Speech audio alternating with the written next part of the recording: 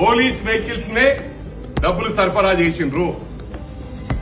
మెదక్ గాని చుట్టుపక్కల, అంటే నా గురించి చెప్తున్నా, మెదక్ మల్కాజ్గిరి గురించి పోలీస్ కమిషనర్లు డీసీపీలు సపోర్ట్ చేసి వాళ్ళకి తీసుకుపోయి మళ్ళా మంచి మంచి పదవులు.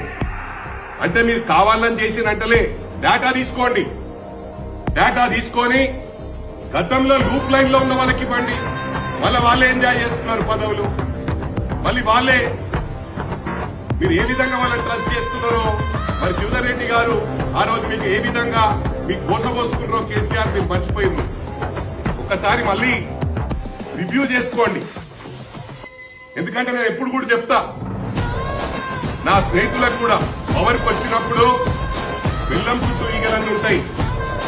మీరు ఫస్ట్ మీరు బ్యాడ్ టైంలో మీతో ఎవరున్నారో అది మీరు తీసుకోండి. డేటా తీసుకొని కొంతమంది ఏంటంటే పవర్ లో ఉన్నాడో దాన్ని ఈరోజు పట్టించుకోవడం రావడం బంద్ చేస్తూ ఉంటారు.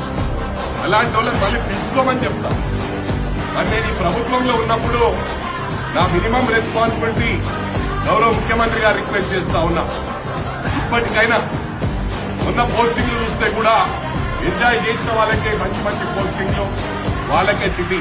మిగతా వాళ్ళని తీసుకుపోయి ఖమ్మంలో ఆదిలాబాద్ లో కొట్టిండ్రు.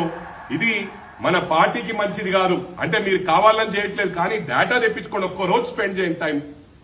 శివధర్ రెడ్డి గారిని పక్కకు కూర్చుని పెట్టుకొని అందరి డేటా తీసుకొని న్యాయం చేస్తే మనకు బ్లెస్సింగ్స్ ఉంటాయని చెప్పి రిక్వెస్ట్ చేస్తా ఉన్నా.